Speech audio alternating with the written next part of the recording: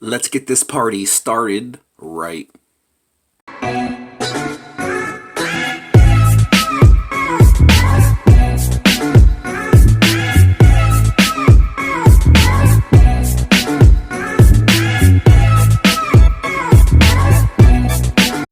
Hey, what's up everyone? It's your friendly neighborhood YouTuber, and we are back here again with another action figure review. Today we have Batman in the Hellbat suit, looking hellish. I create my own special effects. Hellish! Guys, I'm not going to waste any of your time. I'm going to go ahead and pop this open, and I'm going to go ahead and review this baby. This is one of the figures that I've been most excited about to review. It's been a long time coming. It's been a long time coming. I've been waiting for this figure ever since I seen this figure. It's kind of like seeing a girl that you really like, and you're like, wow, I can't wait to meet her. I was going to say something else, but I don't want to be offensive. Off that topic, back to the Batman, away from women, because women are just nothing but problems. Am I right? Am I right, fellas? Am I right? Okay, so let's take out his bat wings, which they pop out very nicely. Thank you, McFarlane, for not putting twisty ties or strings on these bat wings. So let's take out the bat card, the bat trading card, because I'm interested to know a little bit more about the Hellbat suit, because I'm not really familiar myself. You guys may be familiar, or maybe some of you are not familiar with the Hellbat suit. And there is that. Pull the tape off. So let's read up a little story if you guys don't want to hear me read. I know it's painful. You can always fast forward to the review. Okay, so after losing his son Damian, aka Robin, Batman eventually found temporary peace until Damian's body was stolen and taken to the fiery planet of Apocalypse. Determined to bring Damian back to life, Batman dons the experimental Hellbat suit forged by the other members of the Justice League and ventures to the indestructible ruler Darkseid. Interesting. So this is not Bruce Wayne, this is Robin, aka Robin. So which Robin are we talking about? Are we talking about Dick?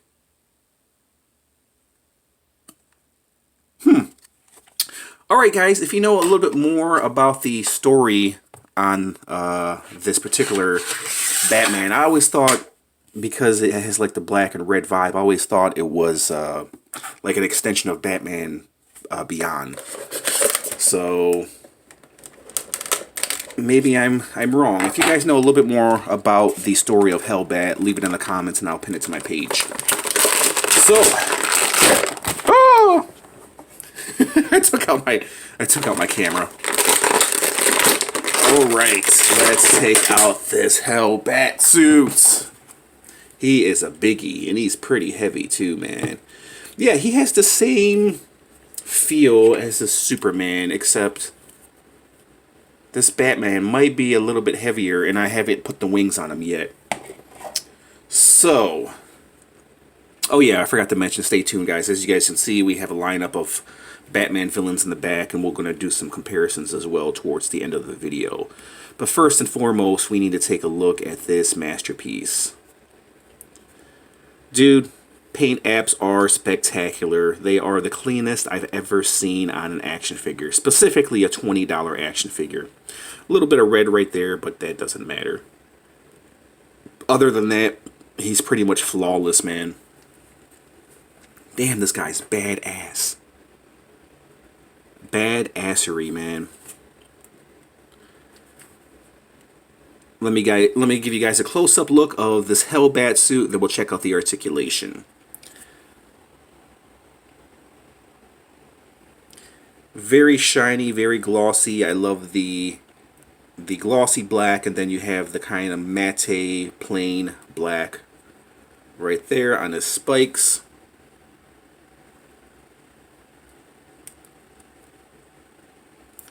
There's his armor right there, his spikes. I love the pointy fingers that they gave him. Very awesome, man. I really like this Batman. The overall detail is pretty spectacular, man.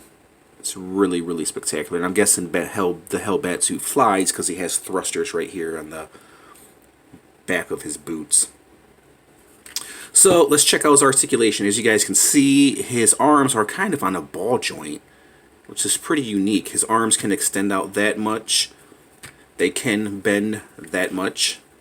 They can bend that much. Dumbass. They are not hindered by his design of these shoulder pads, spike shoulder pads. They are articulated so they can move out the way. So, yeah, that's pretty awesome. They look very fragile, so be careful because it looks like they can break off very easily. Torso can rotate. That's pretty nice. And look at this, guys. Look at the rotation in this, man. That is really, really nice. I really, really like it. Helmet, head, not so much. It is kind of like on a weird spring ball joint, similar to the Superman. Joints, look at that. It's awesome. Is this multiverse? Yeah, it's awesome to have a multiverse figure to do the splits, and it doesn't have that weird thigh gap in there like the other multiverse figures would have. Double jointed knees. Look at that, man. For a big figure, especially an armored figure, he's really, really nice, man. And he's got great articulation too, and his thighs. Look at that. You guys can get him in some awesome poses, man. Really freaking awesome. Okay, so let's hook up the bat wings. Let's see how he looks with the bat wings. So, I'm guessing, let's not be stupid here. Oh, wait. Okay, I see. So they peg into there like so. They're kind of like an octagon thing, or maybe a hexagon thing. You can put them like so, peg them in there like so. And then we'll take this one, and they fold out, of course. And then we'll peg this one into here like so. Look at that, dude. And these plastic wings are they're very durable. They look very durable, but then again, it is plastic, so I would be careful nonetheless. Dude, I wish there was a little bit more detail on the plastic wings, but I'm not complaining. And they fold up like so. Boom. This is how they look from the back. Unfold them. Unfold them. I can see this figure 20 years from now. People selling them on the internet. And the wings missing. It just kind of reminds me of all the figures, you know, the figures from the 20 years ago, when, you know, you see them on the internet and they're missing all these fragile accessories. And I think the bat wings are going to be no exception.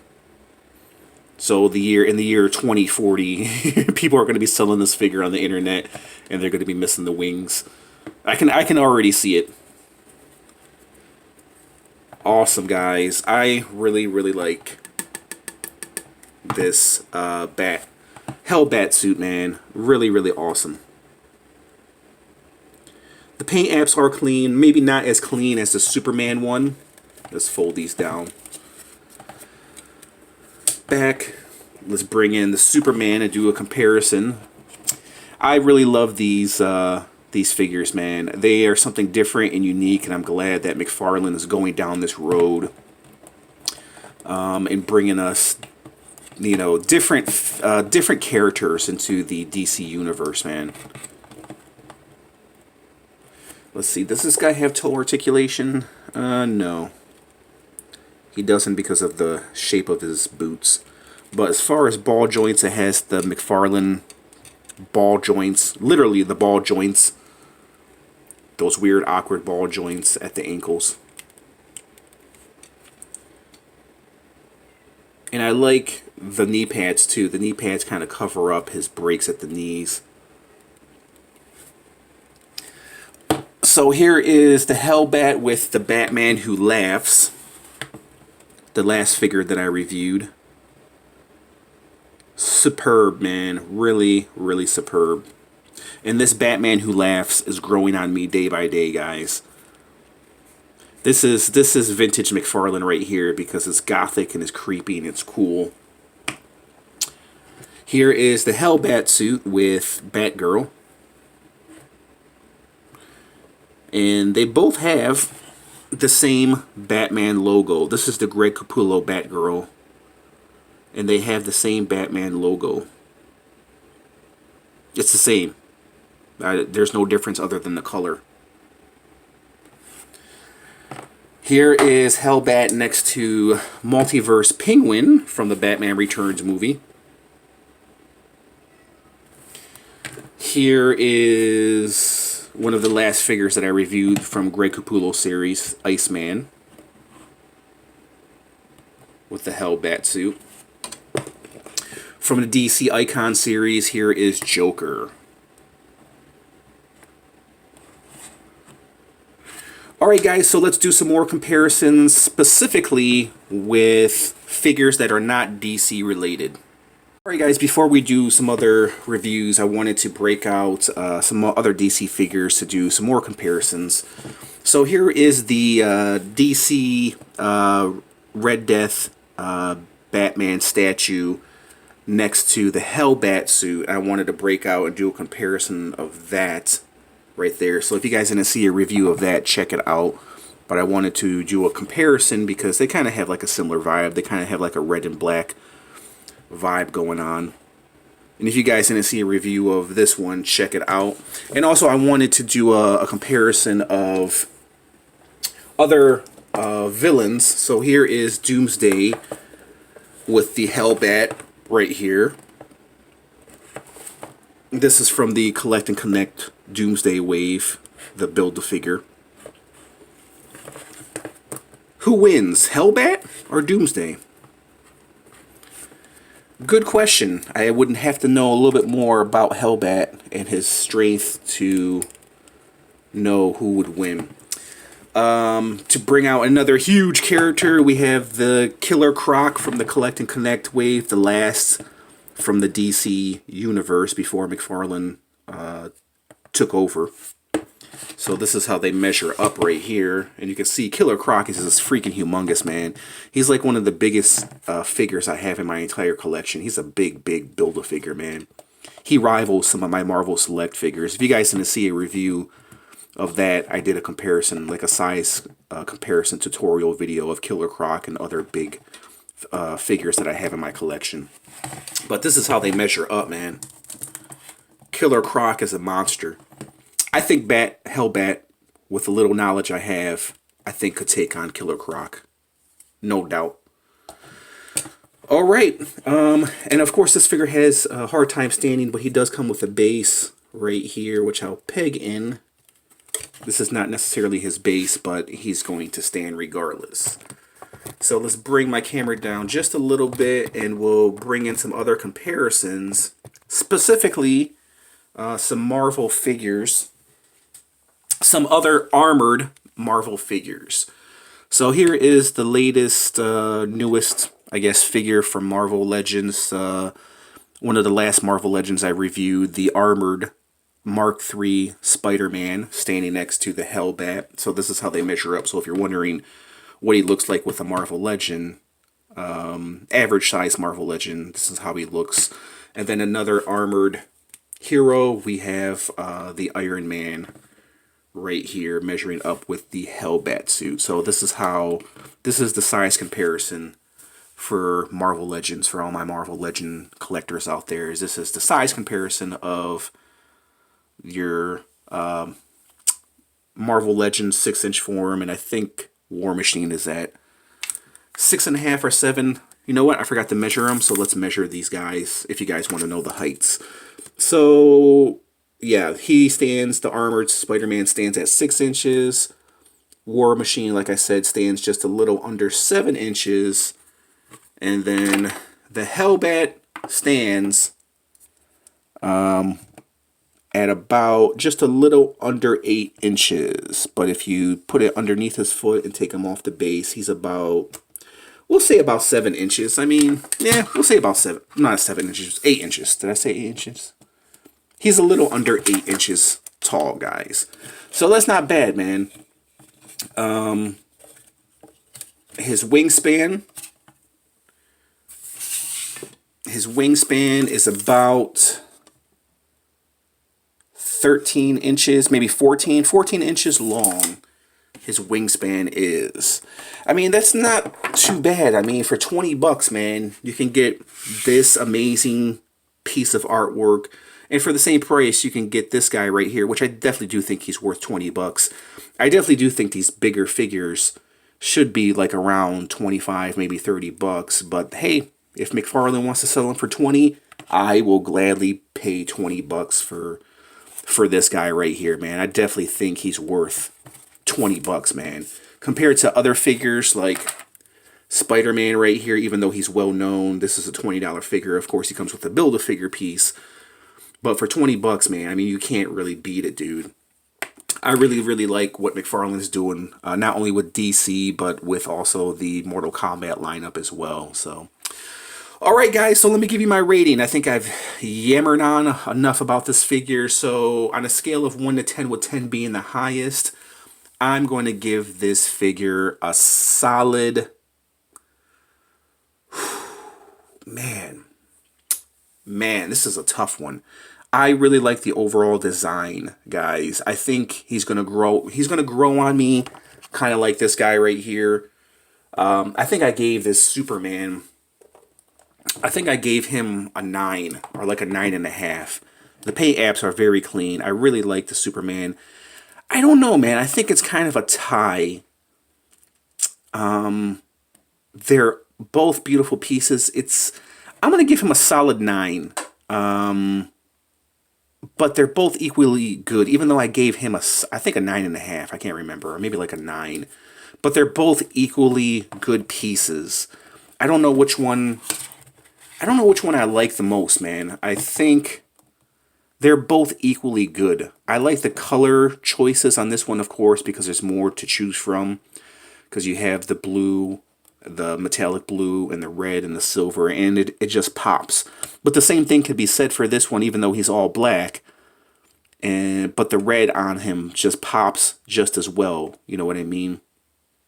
I kind of wish that they would have used this kind of red right here for this Batman, but I'm not complaining. I really like this Batman, and I highly, highly recommend this figure, guys. If you collect Batman figures, if you love DC, if you love Batman overall, I think he's really, really awesome, man.